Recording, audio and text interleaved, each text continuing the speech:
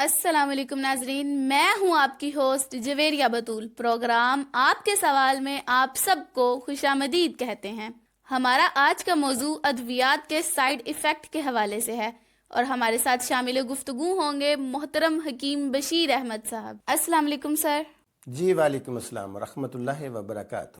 سر، ادویات کا side effect کب اور کیوں ہوتا ہے؟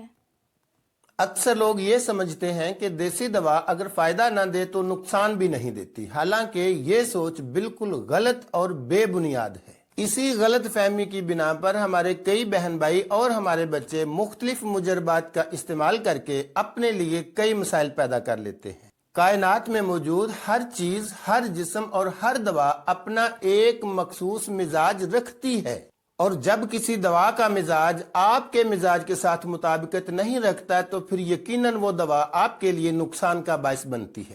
بعض اوقات اس قدر مسائل پیدا ہو جاتے ہیں کہ ان کا علاج اگر ناممکن نہیں تو انتہائی مشکل ضرور ہوتا ہے۔ سر، ایک تاثر ہے کہ حکیموں کی ادویات سے سائیڈ ایفیکٹ پیدا ہوتے ہیں، کیا کہیں گے؟ یہ تاثر بالکل غلط ہے۔ آپ نمک کی مثال لے لیں، سوڈیم کلورائڈ NaCl۔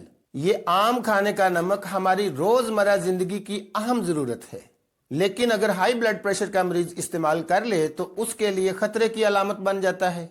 اب کیا کہیں گے کہ نمک غلط ہے؟ اسی طرح ایک فرد 24 گھنٹوں میں 60 گرام چینی استعمال کرتا ہے، ایک ماہ میں 1800 گرام اور ایک سال میں 22 kg، اور 50 سال کی عمر تک 1100 kg یعنی 1 ٹن سے زیادہ۔ جبکہ شوگر کا مریض ایک چمچ چینی استعمال کر لے تو اسے لینے کے دینے پڑ جاتے ہیں۔ باقی لوگوں کو تو یہ مسئلہ نہیں ہوتا۔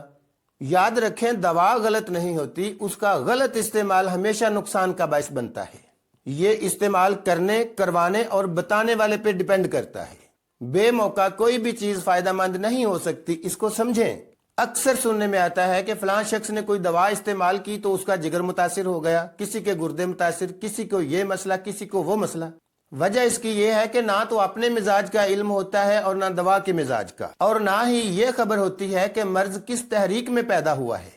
اس لاجک سے نا آشنا لوگ اکثر خسارے میں رہتے ہیں۔ ہمارے ارد گرد نسخہ جات اس کثرت سے بکھرے پڑے ہیں، فیصلہ کرنا مشکل ہے کہ کس کو اختیار کریں اور کس کو چھوڑیں، کیونکہ ہمارے پاس ان کی شناخت کا کوئی پیمانہ نہیں ہے، ایسا کوئی معیار نہیں ہے جس سے صحیح اور غلط کی پہچان کر سکیں۔ اگر دوا موافق آ گئی تو فائدہ، اور اگر نہ موافق آئی تو پھر نقصان کا خدشہ موجود رہتا ہے۔ کوئی بھی دوا مفرد ہو یا مرکب، یعنی ایک یا ایک سے زائد اجزاء پر مشتمل ہو، اپنا کوئی ایک مخصوص مزاج رکھتی ہے۔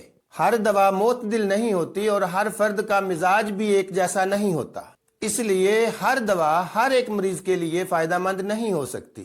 علم طب میں مزاج کا جاننا سب سے زیادہ اہم ہوتا ہے، بلکہ امراض کی تشخیص اور علاج کا تمام تر دار و مدار مزاج پر ہوتا ہے۔ میرا مقصد آپ کو علاج معالجہ سے منع کرنا ہرگز نہیں ہے، بس اتنی گزارش ہے کہ بغیر تشخیص، بغیر سوچے سمجھے، یوں ہی ادھر ادھر سے سنا کر ادویات کا بے دریغ استعمال ہرگز نہ کریں۔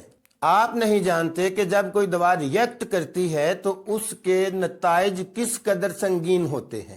ہر اس منزل تک پہنچنا آسان ہو جاتا ہے جس کی سمت کا تعین کرنے کے لیے کوئی راہبر موجود ہو، اور یہ راہبر کوئی اور نہیں بلکہ آپ کا معالج ہی ہوتا ہے، اور منزل آپ کی صحت یابی ہے۔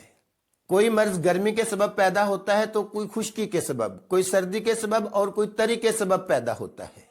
یہ کیسے ممکن ہے کہ ایک دوا گرم مزاج کے مریض کے لیے بھی فائدہ مند ہو اور وہی دوا سرد مزاج مریض کے لیے بھی فائدہ مند ہو، پھر وہی دوا خشک مزاج مریض کے لیے بھی فائدہ مند ہو، اور پھر وہی دوا تر مزاج مریض کے لیے بھی فائدہ مند ہو؟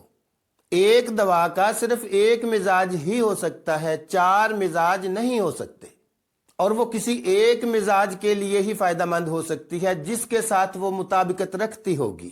مرض کی علامات ایک جیسی ہو سکتی ہیں لیکن وجوہات اور مزاج مختلف ہوتے ہیں، اور علاج بھی کنڈیشنل ہوتا ہے۔ جی ناظرین، آپ نے حکیم صاحب کی گفتگو سنی۔